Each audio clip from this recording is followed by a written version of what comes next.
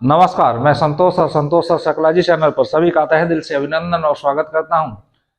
TET और super TET के दृष्टिकोण से एक बहुत ही महत्वपूर्ण टॉपिक है, इसको ध्यान से देखिएगा, पढ़ लीजिएगा। ठीक, तो अब क्या है, टीम शिक्षण, ठीक, या इसको कहते हैं दल शिक्षण, या इसको कहते हैं टीम टीचिंग, या इसको कहते हैं समूह शिक्षण, ठीक, या इसको कहते हैं ग्रुप टीचिंग। ये सब एक ही नाम है। तो इसकी शुरुआत देखिए कहाँ हुई थी। इसकी शुरुआत जो है 1955 में अमेरिका के हार्वर्ड विश्वविद्यालय में हुई थी। तो एक प्रश्न यही से पूछता है कि टीम टीचिंग की शुरुआत कहाँ से हुई थी, तो याद रखिएगा अमेरिका के हार्वर्ड विश्वविद्यालय में, अर्थात यूएसए में, अमेरिका में हुई थी। ठीक है, इसको शुरू करने वाले कौन थे, तो दो शोध छात्र थे मिशिगन एवं हार्वे द्वारा। किसके द्वारा? मिशिगन एवं हार्वे द्वारा दल शिक्षण की शुरुआत की गई थी। अब यह क्या है, दल शिक्षण है क्या, टीम टीचिंग क्या है? देखिए यह एक नवाचार है। ठीक है, क्या है? नवाचार है, नई तकनीक है, नई व्यवस्था है, जिसमें क्या होता है, जिसमें 2 से अधिक शिक्षक विशेषज्ञ, कितने से अधिक, 2 से अधिक शिक्षक विशेषज्ञ एक साथ आकर जब बच्चों को क्या देते हैं, अपने ज्ञान अनुभव को बांटते हैं, देते हैं एक ही साथ, इसी को क्या कहा जाता है, इसी को कहा जाता है, ठीक है, दल शिक्षण, टीम टीचिंग। ठीक, 2 से अधिक। अब जैसे मैं अकेले पढ़ा रहा हूं तो यह तो एकल शिक्षण हो गया। ठीक है, एक टीचर द्वारा पढ़ाया जा रहा है। लेकिन जब 2 या 2 से अधिक टीचर एक साथ आकर अपने स्टूडेंट को, छात्रों को शिक्षण करते हैं, इसी को कहते हैं दल शिक्षण। इसकी शुरुआत जो है मिशिगन एवं हार्वे द्वारा की गई थी। अब देखिए इसका अर्थ जान लीजिए। जेपी पुरोहित के अनुसार इन्होंने क्या कहा था, दल शिक्षण विधि अध्यापक की आधुनिक तकनीक है। ठीक है, शिक्षक के लिए क्या है, अध्यापक की आधुनिक तकनीक है, अर्थात नई तकनीक है। ठीक है, अर्थात एक नवाचार है, इनोवेशन है। क्या है, नवाचार है। याद रखिएगा, एक नई व्यवस्था है। तो समझ में आ गया होगा दल शिक्षण क्या है, जब 2 या 2 से अधिक टीचर एक साथ समूह में किसको पढ़ाते हैं, छात्रों को पढ़ाते हैं। ठीक है, तो इसी को कहते हैं दल टीचिंग। अब देखिए इसकी प्रक्रिया क्या होती, प्रोसेस क्या होता है। पहले क्या बनाया जाता है, योजना बनाया जाता है। योजनाबद्ध तरीके से शिक्षण को क्रियान्वयन किया जाता है। योजना बना के फिर उसको क्रियान्वयन किया जाता है, अर्थात टीचिंग की जाती है।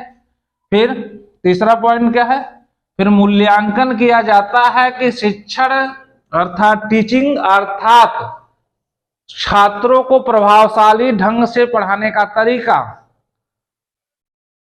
जो पढ़ाया गया, जो टीचिंग की गई, ठीक है, जो अंतः क्रिया हुई वह क्या हुई, वह प्रभावशाली हुई कि नहीं। तो यह मूल्यांकन इसको कहते हैं, योजना, क्रियान्वयन एवं मूल्यांकन।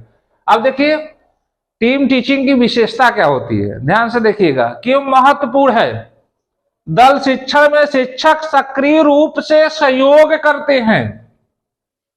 क्या करते हैं, शिक्षक निष्क्रिय नहीं रहता है। ठीक है, शिक्षक क्या करता है, सक्रिय रहता है। जो भी 2-3 शिक्षक होते हैं, उधर बच्चे से प्रतिक्रिया आती है, इधर शिक्षक क्या करता है, उनका उत्तर देता है, फिर उनसे प्रश्न करता है।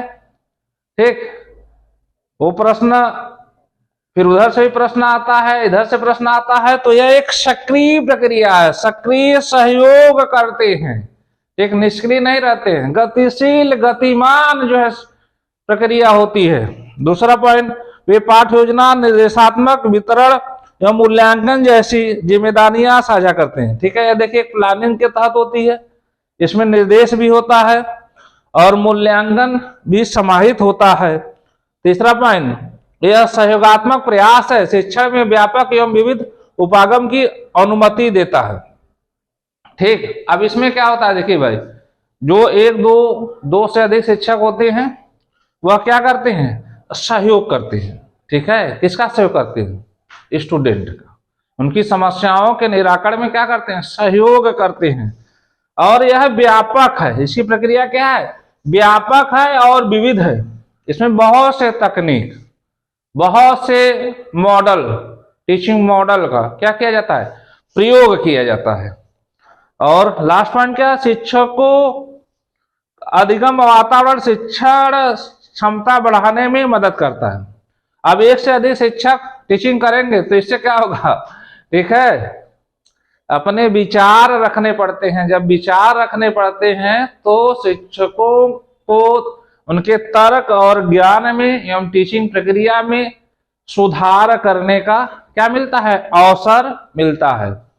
तो इसी को कहते हैं टीम टीचिंग, दल शिक्षण, ठीक है, या समूह टीचिंग, ग्रुप टीचिंग, ठीक, टोली शिक्षण भी इसी को कहते हैं।